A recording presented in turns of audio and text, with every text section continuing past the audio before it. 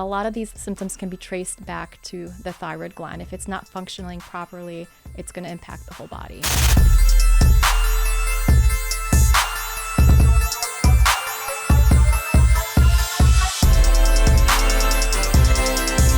So I want to start off by talking about two of the most important glands for our metabolism and health overall are our thyroid and our adrenals. Let's kick things off by talking about what our thyroid is and what are its roles. Sure. So the thyroid gland is a tiny little gland that sits at the bottom of our neck, and it is responsible for regulating our metabolism. It does a lot of things for us. So whether that's producing our energy, for helping us burn fat, for helping us warm up in a cold environment, this is what the thyroid does. And we don't realize this, but it affects every cell in the body. And without a thyroid and without thyroid hormone, we really wouldn't be able to function as well as we do. Holy moly. We have this conventional thinking today where it's very systems oriented. And so we tend to think of the thyroid just kind of in isolation. You just said something so profound. It affects every cell in our bodies. And you also mentioned this is like, would you say this is a master gland for our metabolism? Absolutely. It sets the pace for the whole body, right? And typically people will struggle with cold intolerance, or they say that I'm just having trouble losing weight and I'm doing all the same things and that I used to be doing, and I'm gaining weight, or I feel really sluggish. So they might have brain fog, they might have fatigue, they might have muscle wasting and hair loss. And the symptoms seem to be all over the place, right? And you're like, well, do I go to the hair doctor? Do I go to this kind of doctor? And a lot of these symptoms can be traced back to the thyroid gland. If it's not functioning properly, it's going to impact the whole body. Amazing. And you actually got into this field at this level that you're at because of some revelations you had about your own thyroid gland. Can you talk about this? And this was starting back when you were in college. So in full disclosure, I was never interested in the thyroid gland when I was in pharmacy school. I was like, oh, the thyroid gland, there's like one drug for it. If it's sluggish, you just take this drug. That's the end of it. Let's focus on conditions that have more interesting drugs, right? But at the same time, I was struggling with some symptoms that started in my undergrad, and they were fatigue. I had to sleep for 11, 12 hours a night. Then I progressed into irritable bowel syndrome. Then I started having anxiety and panic attacks. When I finished graduate school, I ended up with like allergies, and then carpal tunnel, and then acid reflux, and then hair loss. And it was just like all of these symptoms progressively happening. I started gaining weight. I found myself to not be as sharp as I once was. So I was used to being like, like the nerdy kid in class. And I was like, the one that always knew the answer and did well on tests and so on and so forth. And then I found myself at work meetings just having to constantly take notes and forgetting what everybody was saying. And I thought I had early onset dementia because I was like forgetful. And I used to have this amazing memory. And I was going to doctors, was getting all kinds of tests done, and there was nothing wrong with me. Right? Finally, I just kept pushing, and I found a doctor who tested my thyroid antibodies, and they were like in the 2,000 range. Thyroid antibodies are going to be a marker that your immune system has recognized the thyroid gland as a foreign invader and starts to launch an attack against the thyroid gland. And this is how hypothyroidism or an underactive thyroid starts for most people. This attack, these antibodies can be present for about 10 years before the conventional medical tests will discover that there's something going on with the thyroid. And so that was me. I was in limbo for 10 years with all these crazy symptoms. Finally got the diagnosis of Hashimoto's, and I was like, yes, I get to take thyroid meds. Exciting. I'm a pharmacist. I finally get cool meds, right? But the meds helped a little bit. I went from sleeping like 12 hours a night to 11 hours a night. And then I only needed one jacket instead of two, which was an improvement, right? Progress. Progress. And then I was like, but I still have carpal tunnel. I still have fatigue. I still have anxiety issues. I still have irritable bowel syndrome. My hair is still falling out. Is there anything else that I can do to help reverse my condition? What caused my condition in the first place? I was in my early 20s. I was like, why am I getting sick? And then I wanted to figure out, if there was anything I could do beyond take thyroid medications, and if there was anything I can do to potentially reverse my condition. And that's how I became A thyroid and functional medicine expert slash human guinea pig was really in a way to help myself heal. Yeah. Oh man, this is, and again, to go so long and just developing progressively more and Yeah. more symptoms and being told, there's nothing wrong with you, we can't find anything. I would imagine that some of these well-intentioned folks that you were going to would even maybe allude to it might be all in your head. Oh, I got offered all kinds of fun things. I got offered like Provigil, so I got offered stimulants for my fatigue. I got offered antidepressants for my, depression. I got offered anti-anxiety medications and all of these things where I'm like, well, I'm not really an anxious person, but sometimes I have these panic attacks and they come out of nowhere. And like this isn't me. This is something new that's happening within my body, and is it all connected somehow? Yeah. But none of them were really connecting the dots. They were, and then even when I got my diagnosis, the endocrinologist said, your hair loss isn't caused by your thyroid, right? And then I went to a hair loss specialist that said, this is your thyroid. And I went to cardiologist because I had some heart issues, and then I went to a gastroenterologist for my acid reflux and for my IBS, and then a pain specialist for my carpal tunnel. And I was like 25, and I was on all these medications, and I was having side effects from the medications, right? And it just was like this vicious cycle. And I'm grateful that I had been working with clients with complex health conditions, because I realized that sometimes and oftentimes medications were not the answer, right? Yeah.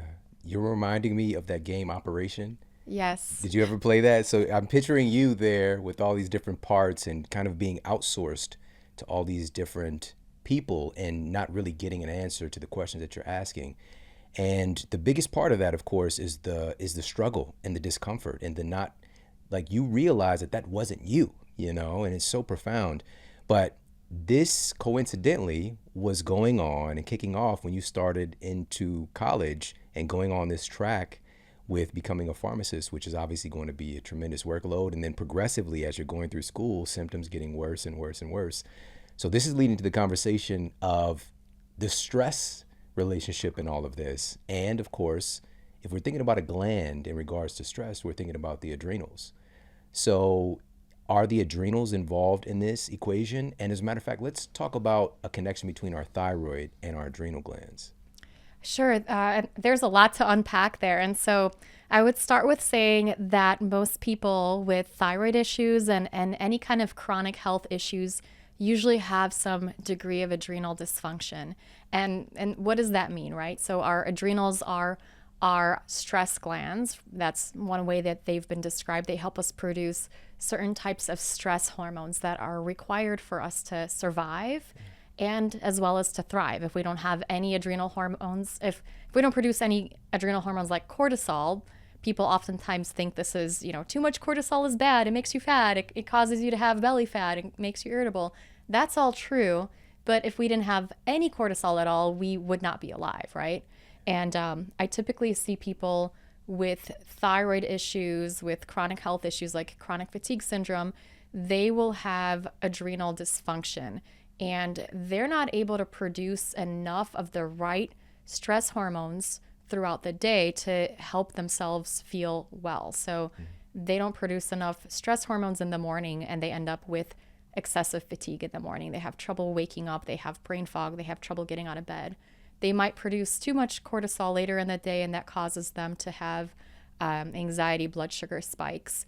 Then they might have too much cortisol in the evenings, and then they can't sleep. So there's a big whole connection there. Yeah. Clinically, we would call these folks tired and wired, right? Where their cortisol really is kind of like this get up and go. Yes. As you mentioned, we kind of put in this pithy box of like, it's this bad thing, but cortisol is critical to life itself. But just being able to get up and get out of bed and it being too low, but then having it elevated in the evening, and cortisol can kind of be like an antithesis with melatonin. Like if your cortisol is too high, it's just going to be punching melatonin in the face.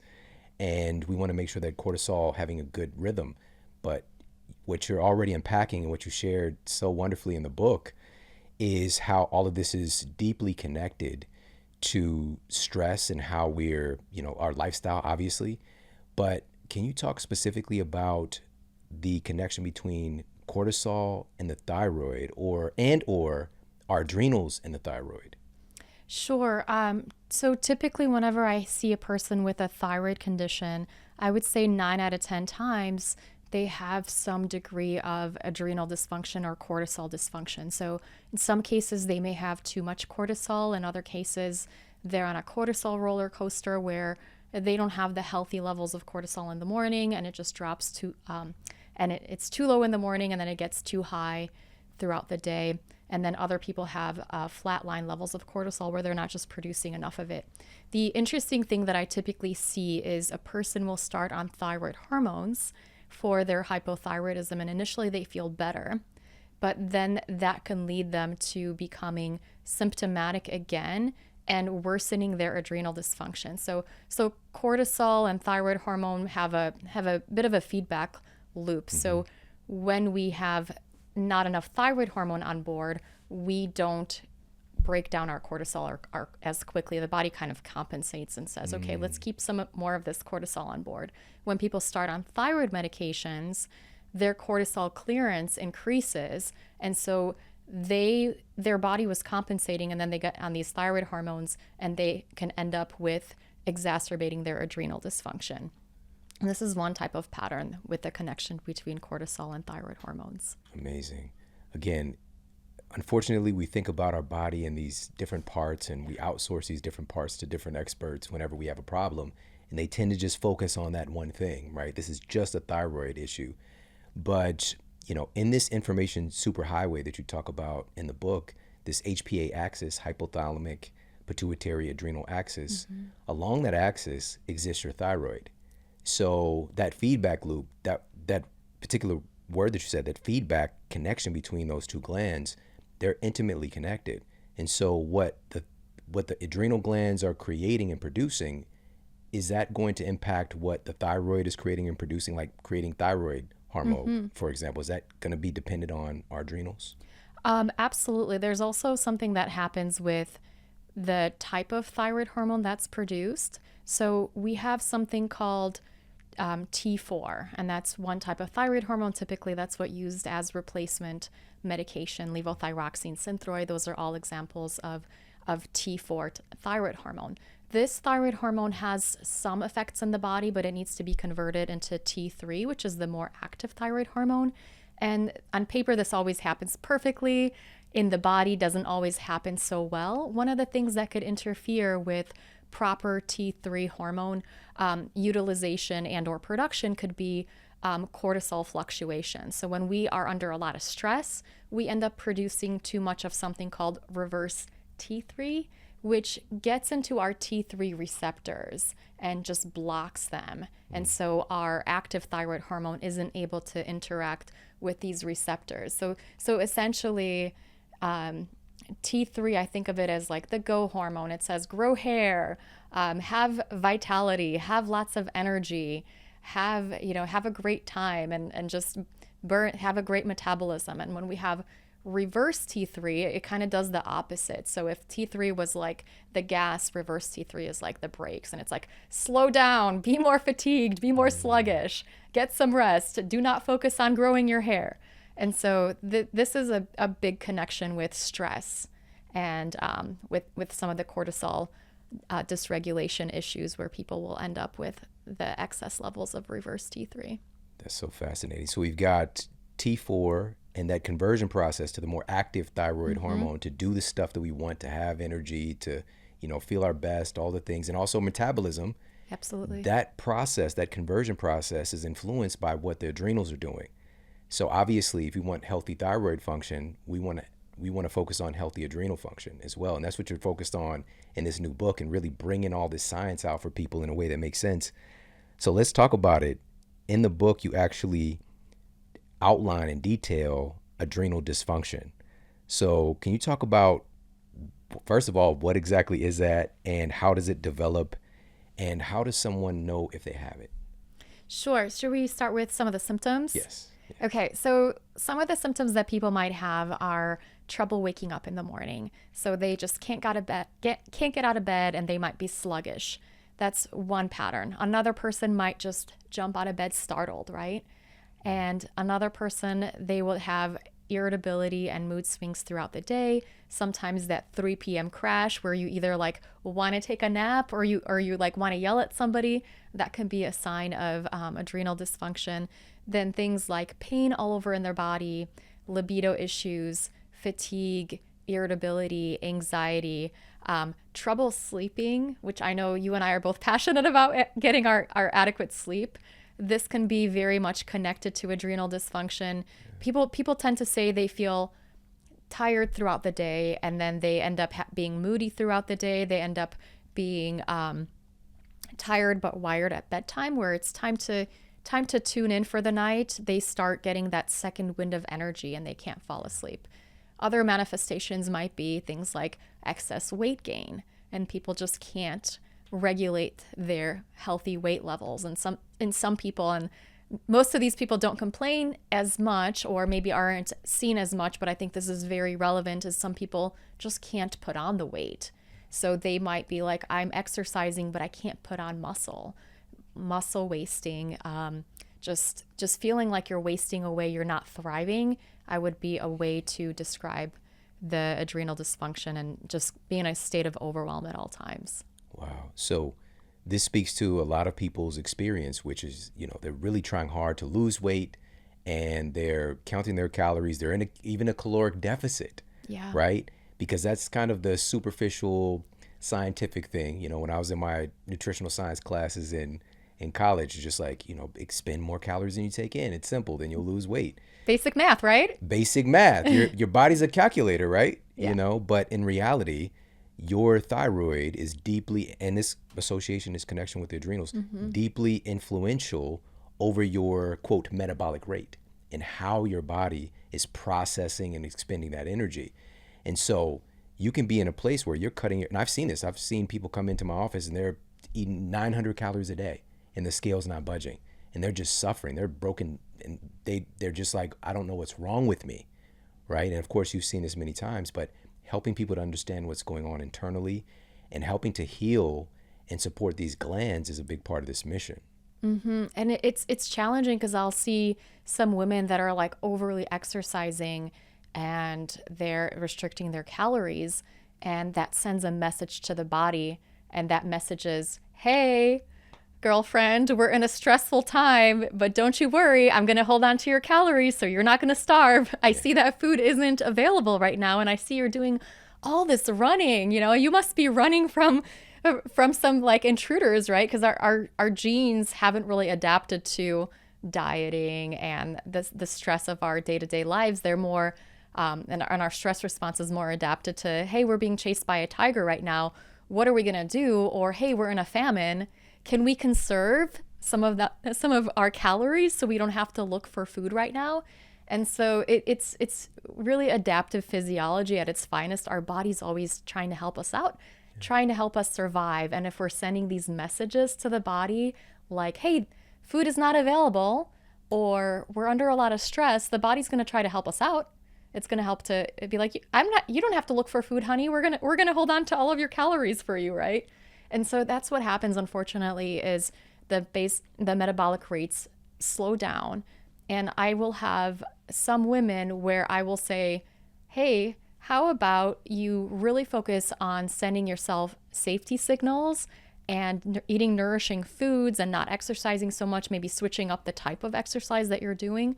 And they're like, I'm exercising less and I'm eating more, but I'm actually losing weight because the body knows that it's safe and it's getting the signals that food is plentiful, that we're not being chased by a bear. And so it's okay to like thrive and focus on metabolism. Yeah. Oh, man. Again, it just makes so much sense, but I think we have to widen our perspective to be able, especially if you're somebody who's conventionally trained, like both you and I were, and looking at things through this very, again, pithy box, this kind of tunnel vision on how metabolism works.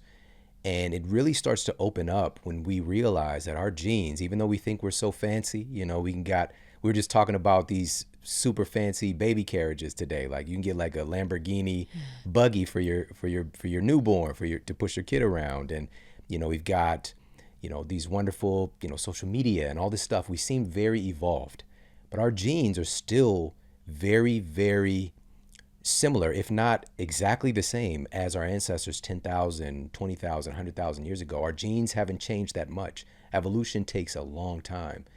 And the biggest portion of the human story, dieting, you just said something that just like hit an alarm in my mind. Dieting didn't exist. It wasn't a thing. You get food, you get it in your body, and you try to survive. That's how we're hardwired. We live in a totally different environment today where our genes are expecting certain things from us to perform a certain way, or they're going to make adaptations, which might manifest as, quote, diseases just for us to survive. And one of those adaptations could be, again, reducing our metabolic rate to keep us safe in the case of a famine or in a sense of a danger. You know, you're constantly running on that treadmill. What are you running from, right? Is there Must be a bear. Must be a bear or saber-toothed tiger. You know, that was the thing. Everybody always uses that. And by the way, they're tinkering. I'm just going to say this. They're tinkering with fossils right now. I'm just going to put this out there. They're tinkering with fossils and getting DNA from some of these extinct species. So this thing is happening. We've all seen the movie of how it all ends. But, you know, the reality is, again, we have so much intelligence. That's the point I want to get to. There's so much intelligence going on in our bodies. And we need to go with our bodies, pay attention to, like, what are the conditions that my cells are screaming for me to get the results that I want. And so what brings about adrenal dysfunction? Like, what is the thing that causes that to manifest? It's stress, right? So when I ask people that I work with, what was going on in your life before you get sick? There's always some sort of a stressor. And I would say majority of people, it's something like they were going through a divorce. Maybe they had, unfortunately, a death in the family. Perhaps they went through a bankruptcy or some other kind of accident. Something, you know, either terrible happened or something like going to graduate school, moving to a new city, starting a business, or having a baby, even joyful things that really change our life in a big way. These can be stressors that become that essentially get our bodies stuck in that survival mode. And normally our stress response is supposed to be acute. So we see that saber-toothed tiger or the bear or the lion, whatever it is, right? We see it and our body puts out cortisol, and cortisol prioritizes survival. So when we have lots of cortisol on board, what our bodies starts to do is it starts to break itself down the longer we need cortisol to fuel that cortisol response, right? And it's really, really helpful when you're trying to run away from something, right? And eventually, you know, hopefully you got away from the tiger, and now you can get some rest and perhaps sleep it off, eat some food, whatever, shake it off. There's various methods of dealing with acute stressors. And then after that, if the stressor is gone, then we come back to our healthy adrenal function, healthy amounts of stress hormones where we have a little bit more in the morning to get us out of bed, and then it's like a smooth ride down slide until we're ready to ease into our nighttime routine and sleep really, really well. Now, the thing that sets it off is chronic stress. So this could be, you know, we don't have tigers chasing us. Most of us don't these days, but this could be Maybe Tiger King. Tiger King. Oh my gosh. That could be anything from our inflammation within the body because of the foods we eat or the chronic infections or hidden sources of inflammation like toxins we may be exposed to. This could be not eating blood sugar balanced. So eating too many high carb foods, not enough protein, not enough fat. This can put us, stress out our adrenals. It could be psychological stress. So if you're currently dealing with, and I always say, cutting out toxic people works sometimes even better than cutting out toxic foods, right? But if you have a source of toxicity in your life right now, that could be incredibly stressful. I had one reader that read one of my books and then wrote a review, and I said, I didn't have to do anything she said. I just quit my job, which was highly toxic. And then I feel better and I'm in remission now. And I'm like, yay, if you could identify that current stressor, get rid of it or do something about it, then you can make yourself much healthier. There's past stressors too, like traumatic stress that it happened, 20, 30, 40, 60 years ago, but still stay with us. And that can really mess with our ability to handle stress. and with our overall adrenal stress response. And then there's one that sends people into adrenal dysfunction. Like the fastest way to get in is sleep deprivation. So if you're not sleeping enough, if you're having perhaps too much coffee or whatever is interfering with your sleep, that's actually one of the fastest ways to get in. Wow. Express pass into adrenal fatigue. That is something else. Now, this is all very relevant. There's a tremendous amount of science in all of these things today, and looking at, for example, psychoneuroendocrinology, right? And how our thoughts affect our hormones. But I think the average person doesn't give credibility to this idea that my thoughts and my stress are causing my autoimmune condition, or my thoughts and my stress is causing me to have this inability to lose weight. And I think this is also driven by a medical paradigm that oftentimes doesn't even acknowledge that adrenal fatigue is a thing. Yeah. So can you talk a little bit about that? So is adrenal fatigue a thing, right? And this goes back to the history. There was a wonderful naturopathic doctor that coined the term adrenal fatigue many years ago, Dr. James Wilson. And his theory at the time, and so he identified these symptoms, right? He was brilliant to connect all the symptoms together and connected them to the stress response. And his theory at the time was that adrenal fatigue was actually something going on with our adrenals. Now, there is a condition known as Addison's disease where we have an autoimmune attack on the adrenal glands, and it's a very rare condition. I believe John F. Kennedy had this condition, as did my dog. And this is something that is medically recognized, and this is where somebody needs to be on replacement hydrocortisone, cortisone for most of their life and replace those steroids, otherwise they would not survive. Very real condition, recognized by conventional medicine, very rare. Now, there's an argument in conventional medicine, and even some of the functional medicine folks are saying that, well, adrenal fatigue doesn't exist because the adrenals don't actually get tired. They're not sleepy. They're not under attack. There's nothing wrong with them. But they will say, but HPA axis dysfunction is a thing. And I kind of like scratch my head because I'm like, okay, so we have this convenient term, but we don't want to use it because it's not 100% accurate, right? But the term does describe the symptoms. Yeah. The mechanism of action behind it is, yes, you have all of the same symptoms, and yes, your adrenals are not sleepy, tired, fatigued, they're not under attack, but there's a communication breakdown between the brain and the adrenals. So for whatever reason, there's a disconnect where the adrenals could produce the stress hormones at the right amounts and the right time, but they don't do it, right? Yeah. And so it's just that feedback loop. And I kind of chuckle because there's so much research on HPA axis dysfunction, which is what I mean when I talk about adrenal dysfunction and adrenal fatigue. But yet people like get caught up in the nomenclature. Yeah. And it's kind of like leaky gut doesn't exist, but intestinal permeability does. And I'm like, do you have like a medical dictionary when you like translate the terms? Because essentially, this is a very real phenomenon. There's a lot of research behind it. Yeah, I've been thinking a lot about this in recent years, just about our lexicon, our language as a species. And we put so much value on language, and we tend to feel that we have some type of superiority if we have a grasp on language and what things are called.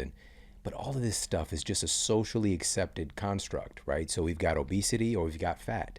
Right? We're placing labels on things, but we know what we're talking about, and we can get into the, as you mentioned, this kind of battle over, it's like semantics, the meaning behind things. And we're saying the same thing, like we just said, leaky gut, like that was totally just continuously kicked down as like, that's not a thing. And now we have intestinal permeability, and now it sounds more official. We know what we're talking about here, so let's all get on the same page.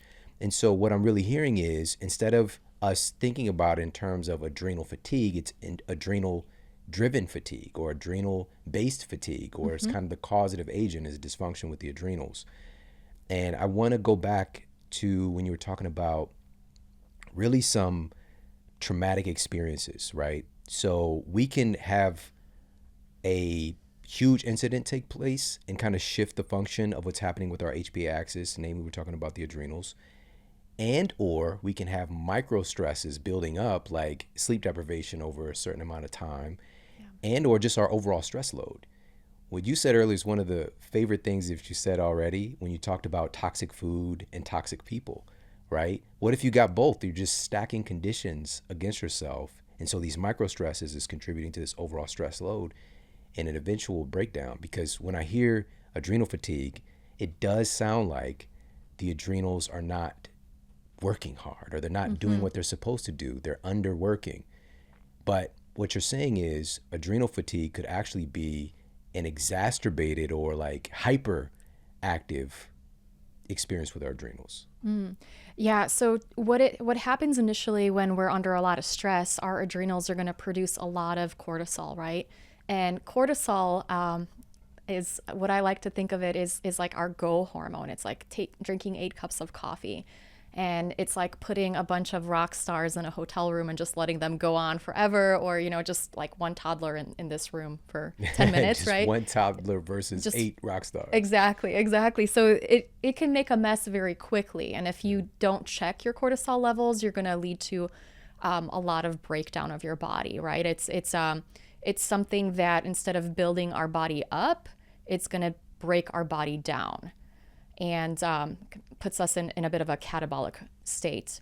And so our body recognizes this, and our body is always trying to adapt and always trying to help us survive. And so where we're under prolonged stress, the body starts to say, do we really need to produce that much cortisol at all times? Let's try to shut down some of this cortisol production because it's affecting other systems, right? And so the early stages of adrenal dysfunction, and some people, for this might be 10 minutes, for other people this might be 10 years, where they're more in a high alert state, and they're more like angry and irritable, and they're like just ready to go. Everybody around them is like super slow, not smart enough, and they're just go, right? And then as time goes on, this might turn to like that 3 p.m. crash or trouble sleeping in the evenings, but their cortisol production is going to be a little bit suppressed, where if you were to do a test, they might have normal levels of cortisol, but they're just on a bit of a roller coaster throughout the day. So they might not have healthy levels of cortisol in the morning. It might be too low. And then later in the day, it might swing up too high and they'll get a bit anxious. And then perhaps then it'll drop. And then they'll have, again, a rise in cortisol in the evenings. And I call this like a roller coaster. You can kind of picture what it looks like, right? Yeah. And then as time goes on, all of those peaks start to drop down. And this is what I see in people with autoimmunity, with Hashimoto's. Like 80% of them, they just have flatlined adrenals. So they're just having trouble waking up in the morning. They can barely get by, and they go to bed, and then they like sleep, and they don't feel refreshed in the morning. And these are the people where things like intermittent fasting isn't going to work for them. It's going to make them feel worse. Doing things like cold plunges is going to make them feel worse. They just don't have enough stress response to build a healthy stress response. So everything is overwhelming to them, right? So you ask them to, I don't know, let's say if you had a child or a partner with it, you'd be like, can you take out the trash? No, I can't do it. That's just too much for me. And it's just day-to-day life becomes too much because they just don't have enough of that cortisol, which is enough of it helps us be vibrant and present and helps us survive. And that's what this new project is all about, and the wonderful program included in the Adrenal Transformation Protocol, your new book. So we're going to talk a little bit about some of these solutions and some things that people can do today to start feeling a little bit better, just walking in that direction. But definitely pick up a copy for an incredible program to walk you through everything. But I wanted to ask you this because autoimmune conditions, adrenal issues, specifically thyroid issues, disproportionately affect women. Why do you think that is? I do have a theory on this, and I think women are very tuned into the environment. So we're the ones that end up, getting pregnant, and we end up carrying the babies, and that is something that is a really important job for us, and it takes a lot of energy and resources. Anybody that's had a baby knows that, right? And I feel like it is a protective mechanism for women. So if you are like in a famine, if you are going to be in a war, it's probably not the best time to be pregnant, right? So probably not the best time to have really nice hair and be very outgoing and have lots of, like lots of libido, right? And so part of what we're doing when we're sending these stress signals to ourselves, it's a message that we need to slow down and conserve energy. And, pregnancy is a big energy expenditure. So that's my theory about it. And I do feel like for women, we have a lot, we have a big ability to tune into these things.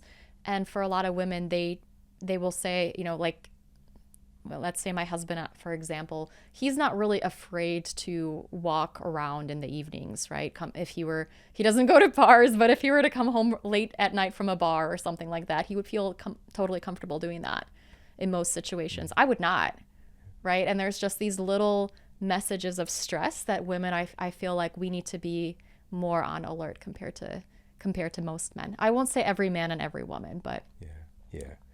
Well, of course, I think the majority of people will agree with this, because also just the awareness, the emotional intelligence, the concern about others. There's a little bit more even genetic predisposition towards, caring and really looking out for our kids and all these things. Obviously, we are an evolved species, and we can kind of trump these preconceived things that are just kind of programmed in us, and be more, if we're a man, for example, attentive and caring on all the things with our children.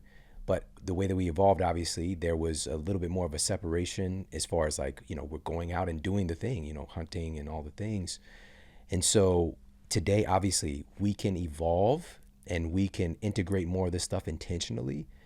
But I do feel that there's just a natural proclivity towards caring more. And I think that caring can sometimes function as a double-edged sword, because, and I'm speaking from my experience and working with countless people in my own practice, that oftentimes, the majority of the time, it was women who would be so concerned about everybody else, and they would keep on putting themselves down the line further and further and further, sometimes last, right?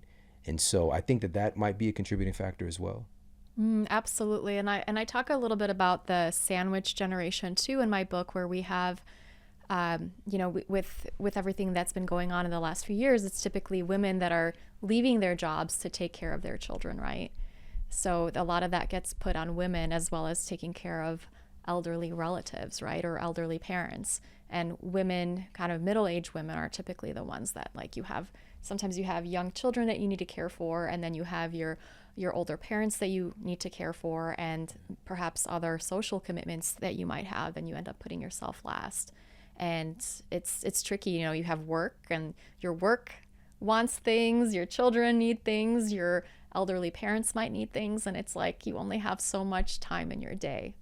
Yeah. So these are, again, stacking those kind of micro stressors. Exactly. I think this ties in nicely to this particular part of your book that jumped out. This has not really been discussed in particular in a science book, in a health and wellness book to this degree. You talk about the importance of helping your body to feel safe in order to heal, and how to send, quote, safety signals to your body. What exactly do you mean by safety signals? So we talked about all these stressors that we're bombarded with on a daily basis, whether that's like watching the news, or whether that's, we don't recommend that. Just that in and of itself. Whether caring for others, or work stressors, or past traumas, or just ongoing inflammation, exposure to things in our life. And thinking about what messages that sends to our body and to our ancient genes, right? And it's saying, okay, we need to conserve energy. We don't have enough energy. There's just too much. Let's slow down metabolism. Now, for a while, I thought about, when I was trained in functional medicine, what do you do when somebody has adrenal dysfunction? You can put them on replacement hormones, right? So they're not making enough cortisol. Let's give them cortisol, right?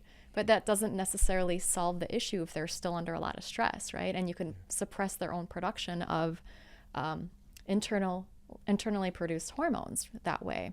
You can kind of suppress the feedback loop that way. And so it's not a long-term solution. And the solution is really to rebalance that stress response.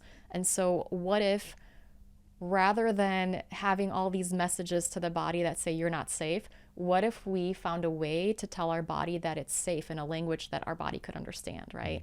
And this is what I call safety signals. And these are targeted interventions. I have 14 different ones in the book that focus on making your body feel safe so it could get into that parasympathetic, that rest and digest and heal state. And we can get into more of a anabolic state versus that catabolic, let's break everything down because we're stressed out. Let's clean house, right? Let's focus on rebuilding and healing. And I have a lot of different ones that we do, and it's amazing because it works really, really well in just 2 to 3 weeks versus using some of the hormones or some of the extreme lifestyle changes that I used to recommend. It would take 3 months to 2 years to get better. But a safety signal. So one danger signal might be if you are starving, right? So if you're not getting enough calories, if you're nutrient deficient, if you're eating foods that are inflammatory to you, your caveman genes are going to think, oh my goodness, we're just eating grass all day. That we're humans, we don't eat grass. There must not be enough food available, right? And we're so depleted, we need to conserve energy, right? We need to slow down our metabolism. And so what we do is we actually focus on nourishing the body, and we utilize anti-inflammatory, nutrient-dense foods that focus on getting plenty of macronutrients. So we're doing protein and fat, we're eating blood sugar balanced, and we're also getting a lot of micronutrients. So that lets the body know that we have lots of food. We do not have to conserve energy, right? We can ramp up our metabolism because we have everything that we need. And it's I don't know, maybe it sounds woo-woo, but it actually works. And it works in just like 2 to 3 weeks where people are like, wow, I'm healing. Another thing is getting rest. So getting enough rest is going to be helpful. Your body can heal. You could go into those, it could heal your body with deep sleep, and you can heal your body with your brain with REM sleep. When you get enough of that, then you're going to start healing really, really effectively. Yeah. Now, there's going to be arguments coming up psychologically for people. We'll argue within our own minds and we'll immediately be like, that sounds nice, but that's part of my problem. I don't have time. I can't get enough rest.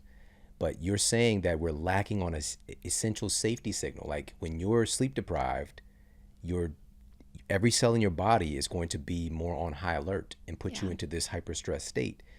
And so this is going to take a reframing of priorities, I would imagine. So just a couple of these. So you mentioned nutrient-dense foods, sending those safety signals, which might be counterintuitive. Again, if we're trying to lose weight and you're saying, hey, you actually need to eat more of this, but specifically nutrient-dense foods, really putting more of an emphasis on rest.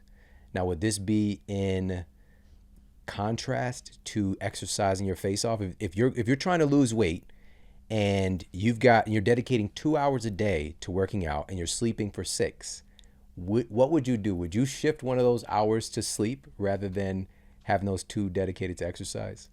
I would shift that time to sleep more, and then I would also consider the type of exercise that you're doing.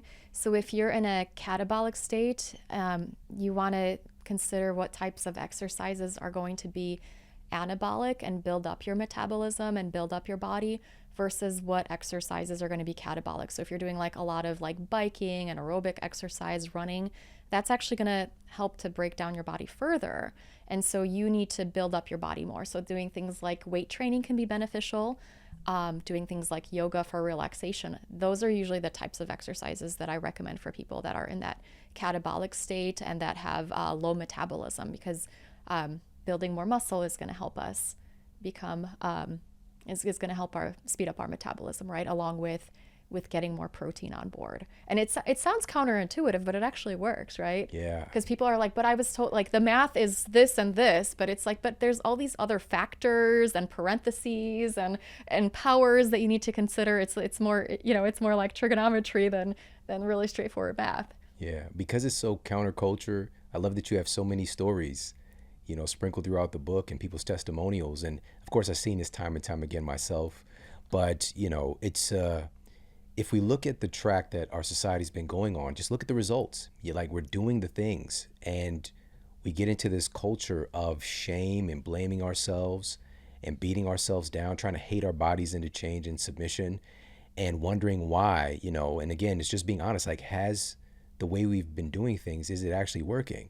And what you're saying is something so simple and essential, which is we have to put our biology, our metabolism, our psychology, our mind and body in a safe state, And so we've got the nutritive component. And by the way, if people love to cycle and to run and do marathons, that kind of stuff, it's just getting your body well first. It's not saying that these things are off limits forever, but if we're going to get well and you're hitting a wall and you're not getting the results that you want, if we can make a shift right now and find joy in other things, like, again, even walking is super restorative, right? But to have somebody who loves to run and to tell them, like, I'm going to need you to reel it in a little bit and do some things differently. Again, we're bumping up against that psychological belief or, taking something away. When I think humans, we really don't like, number one, being told what to do. Yeah. And number two, change, we want change, but we don't want to change that much. And so I love this, and I'm bringing this up because you're giving things that aren't oftentimes just earth shattering, like you got to turn your life upside down to get these safety signals going. So can we talk, you said there's 14 in the book. What are a couple more? Let's talk about a little bit more of these safety signals. Sure. So you mentioned sleep and how hard it is for some people to sleep. And I developed this program initially for myself when I found myself with flatlined adrenals after having my son, and he was 8 months old and he wasn't sleeping. So one of the recommendations, and we know that sleep deprivation can get us into adrenal dysfunction, right, very quickly. And one of the recommendations I used to give to people is sleep for 10 to 12 hours a night for 30 days straight. Then that'll be part of your healing protocol. And that works really, really well. Once I had my son, I realized like maybe that's not super realistic for everybody to sleep 10 to 12 hours a night. And I was like, boy, if I just had that. So I had to find alternative sources of energy and safety that were not sleep, right? So I talk about things for sleep deprived parents, what they need to do.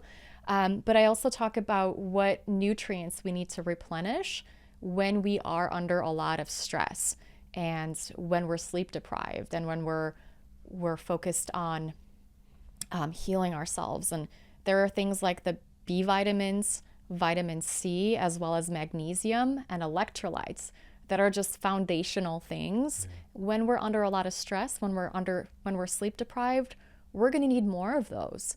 And oftentimes we're not going to be able to get that from our daily diet and from just plain water. So we need to really up our intake to help ourselves heal. There are studies done with utilizing electrolytes in, with athletes and doing endurance events, how it helps them recover, right? And so we kind of think of it that way. But when you have adrenal dysfunction and when you're fatigued and brain fogged and sluggish and having weight struggles and feeling overwhelmed with everything feels like a marathon, right? And so you can use some of these same things to your advantage. So I focus a lot on replenishing some of the known nutrients that are going to be lost in a stress response, as well as utilizing adaptogens and then mitochondrial support to really help build up resilience. Yeah, that's so profound. I don't think we think about when our bodies are doing these processes, responding to a stress or a threat, there's energy being utilized. There are certain nutrients that are being utilized to run these processes.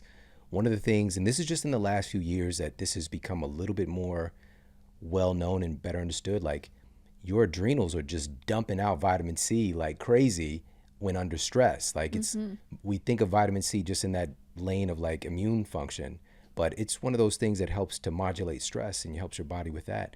And so if you're just purging that from your system, you need to replenish it, intentionally.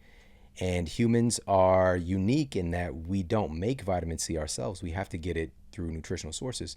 And I think that evolution kind of like kept that, because a lot of other animals make it because it's so readily available in real foods, in real whole nutrient dense foods. But then again, look at what our diet is predominantly today. And so we've got nutritional protocols to help to send these safety signals? Is there anything else that you could share with us? I love focusing on the circadian rhythm. So people talk about, I used to tell people just sleep more, right?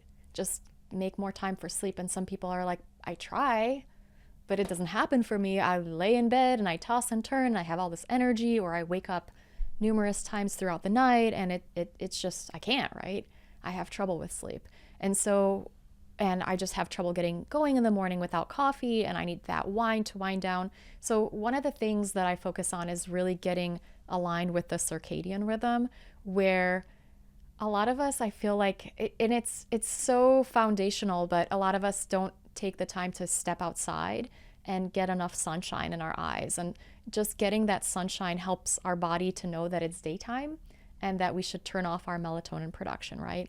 And the reverse is also true, where we get too much light into our eyes in the evenings. If we're watching Netflix, if we're playing on our phones, whatever we're doing, that can be a problem in helping us get better sleep. And so that is a big part of it, is utilizing the circadian rhythm and focusing on when is the best time to eat these kind of foods, when is the best time to build your energy in the morning, what kind of foods should you focus on in the evenings, and then what are the things you can do throughout your day, such as, you know, if you live in Southern California, you could step outside most mornings and get sunshine. If you live in, Chicago, you might need a light therapy box, right? Something like that to help you get some of those messages and those safety signals to your brain that it's time to be awake. This is so simple. This is the thing. It's It just like works. getting sunlight in the early part of the day is a safety signal, right? I think, is this because, like, again, we evolved doing that and then suddenly we're not doing it on a regular basis for a huge percentage of us? I kind of like think of like what would the caveman do, right? And so if you were not getting the sunshine in your eyes first thing in the morning, probably a reason for that, right? So probably maybe you're scared to go outside, or there's something going on, or you're sick, or you need to stay back in your cave, right? And same with our caves. Our caves weren't equipped with with the things that man caves have these days, with like these big screen TVs and everything else super fun. So we end up having we're used to sleeping in complete darkness, and that's setting up, and I know you're the genius of that, talking about setting up your sleep environment so well. Yeah. And just to even reframe the other thing that you just mentioned with having all of these screens and bright lights in the evening, that's the opposite really of a safety signal. And again, we're kind of stacking conditions against ourselves.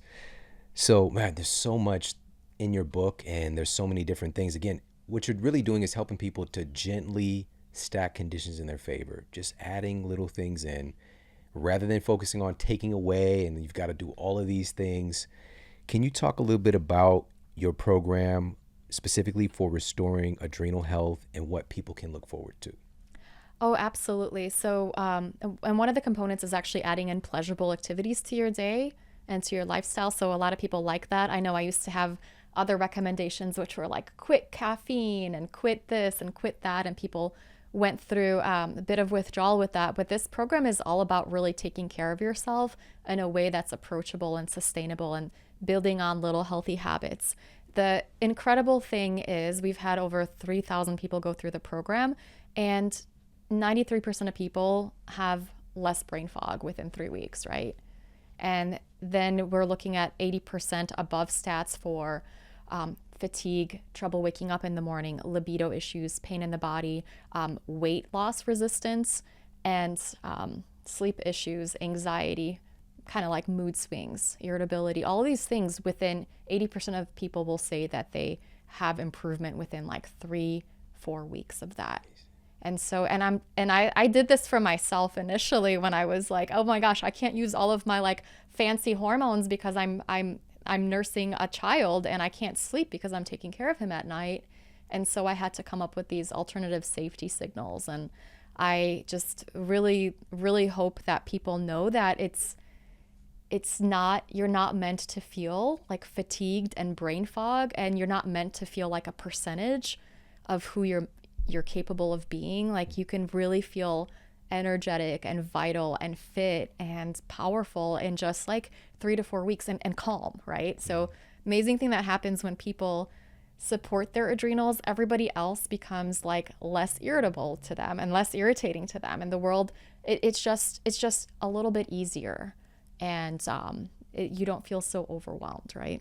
Yeah, we could use a lot more of that today. Can you let everybody know where they can pick up your new book and where they can just follow you and stay up to date? Sure. My new book, The Adrenal Transformation Protocol, this is available at Amazon and Barnes & Noble, wherever fine books are sold. If you go to my website, thyroidpharmacist.com/ABC, I can give you a little bit of a guide on some of the fundamentals, the ABCs of adrenal dysfunction, what kind of supports to use for that. And definitely find me on Instagram under Izabella Wentz. Hey, if you like this video, make sure to check out this video right here. It's been information withheld from us for a very long time, and it is behind so much frustration, misunderstandings, and the orgasm gap, which is it's a big abyss that like not even the world's like greatest daredevil could jump it.